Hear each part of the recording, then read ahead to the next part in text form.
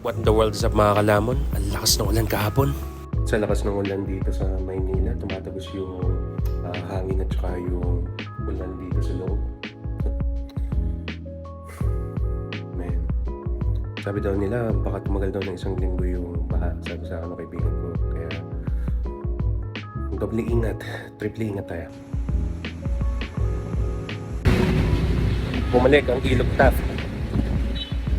Ayun. Grabe. Taft became a river, man.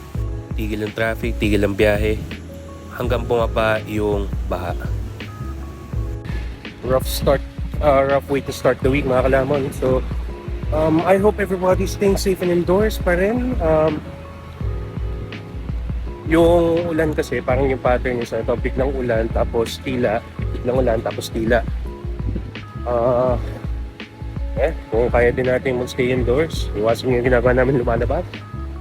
Mag-ration, mag-stock up. Gawin natin. Pagdating dito sa may harap ng LS, nag-peak dito ata yung bagsakan ng tubig.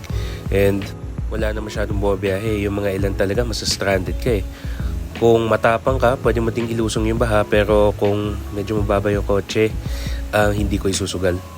Pagdating dito sa may LS, medyo tumaas. Bababa naman yung tubig dito sa mga mataas. Like ito, elevated dito sa Rizal, tapos nandito sa may Macdo. Pero pagdating na doon sa may Rizal, sa may sports complex, going to BSP. Sinkhole Anyways, pagkatapos din nito, obviously, dahil kasi since basa yung binti at pa, ligo agad, kung hindi man, linis ka agad ng binti at pa. Iwasan po natin ng leptospirosis. Grabe. Maski yung mga tao na nag-commute, yung mga na-stranded, ginagawan lang ng paraan talaga na makatawid. Peak yung baha dito sa Vito Cruz Tuban ako sa Mang Inasal for lunch. Yeah. Gonna shoot something for Mang Inasal today. Pagkatapos ito, quick cardio lang, tapos balik na ulit. Yeah. Wala din tayo masyadong magagawa today. Dahil kasi napakalakas ng baha. That video is gonna drop quite soon. So ako ay nag-enjoy ng Mang Inasal barbecue at saka of course yung Mang Inasal pa. Yes sir, panalo yan. So pagkalabas, may nag-initiate na natanggalin yung dahon dun sa drainage. Ito si brother daw na nadulas. Para-paraan, tulong-tulungan para makausad dito sa baha. Tagal bumaba ng baha. At pinakasakali ko ng tumawid papatang R-Square dahil kulimlim na naman, mauulan ulit. Tumayo ako dito sa Anytime Fitness Vito Cruz because today is chest day and rain or shine, we still show up.